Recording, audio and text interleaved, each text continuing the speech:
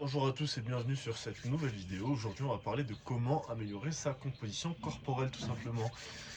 Thermogenesis Ikai. Bon, du coup dans la précédente vidéo on a parlé de la composition corporelle, qu'est-ce que c'était et pourquoi ça vous retenait peut-être de faire partie de l'élite. Comme Ludo Adamantium, 120 kg en traction ou plus, il me semble. Philippe Workout, Jima Pull-Up, Ashura, Aubin, tout ça, vous connaissez. Après, il y en a plein. Mais voilà. Du coup, la composition corporelle, on va résumer. Qu'est-ce que c'est? C'est pas grave. Il y a des écureuils dans les arbres. La composition corporelle, c'est justement comment est composé votre physique en termes de masse musculaire et de masse grasse. Comme on peut le voir que je suis assez gras quand même.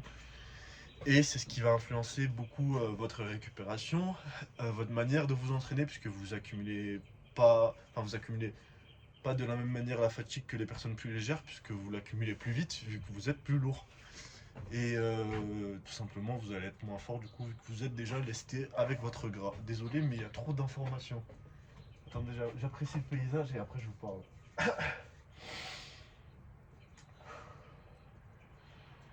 Non, franchement, c'est beau, les gars. Attendez, je vais faire un petit. Regardez. Franchement. Regardez là, il y a des stalactites. On va continuer. Du coup, c'est peut-être ce qui vous retient de faire partie de l'élite en street lifting ou en sport de force, surtout dans les mouvements de tirage. Donc, on va vous donner je vais vous donner quelques astuces et conseils pour améliorer votre composition corporelle. Alors, premièrement, tout simplement, ça va être la diète, tout simplement. Vous allez devoir sortir du schéma prise de masse, bulk, sèche. Celui encore qui est potable, c'est prise de masse sèche. En gros, vous essayez de prendre que du muscle, un léger déficit, franchement. Mais ceux qui sont encore bloqués dans le schéma bulk, prise de masse, gros bol de flocons d'avoine, etc. Cheat meal tous les jours et tout. Franchement, je vous conseille de sortir de ce schéma parce que c'est vraiment le pire pour avoir une bonne progression et pas avoir des grosses fluctuations de poids, de performance et tout. Parce que d'un coup, vous êtes plus lourd sur votre séance tirage, donc vous êtes plus nul, tout simplement. Et vous êtes moins fort, et ensuite, prochaine séance, vous êtes fort, etc. Il faut sortir de ce schéma. Peut-être après, c'est votre système d'entraînement qui fonctionne pas et qui est pas très exceptionnel. Mais déjà, sortez de ce système de prise de masse, bulk et sèche. Maintenant, le schéma qui passe, genre, c'est prise de masse sèche, genre léger surplus, et ensuite peut-être une mini cut à la fin ou une cut tout simplement, mais rien dans l'extrême. En gros, vous approchez pas de l'extrême, normalement ça va aller. Et le meilleur schéma que j'ai appris de la part de Philippe Workout, c'est tout simplement le fait d'être en surplus calorique après les grosses séances d'entraînement pour assimiler le plus d'adaptation tout simplement et construire le plus de muscles après les séances. Et les jours off, tout simplement, vous allez rester en maintien, voire léger déficit.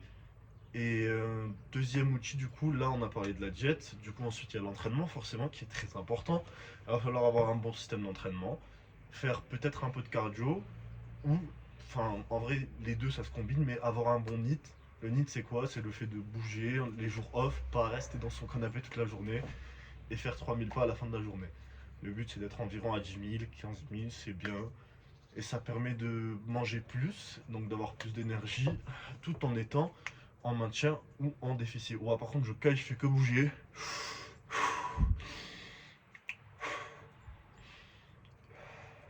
Méthode de respiration. Du coup, on a parlé du NEAT, ou la NEAT, de l'entraînement et de la nutrition. Normalement, vous avez 3 outils pour améliorer votre condition corporelle. Tout simplement parce que le fait d'être sec vraiment ça va vous rendre plus fort, les gars. Donc je vous conseille de garder une composition corporelle musclée et sec. Vous pouvez avoir un peu de gras comme moi, mais même moi je vais le perdre ce gras parce que franchement ça me retient d'avoir quelques reps en plus ou quelques kilos en plus en tirage. Et franchement je me suis toujours senti super fort quand j'étais sec.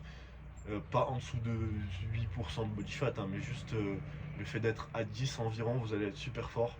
Ma voix elle tremble parce qu'il fait froid, mais bon, je vous les flex.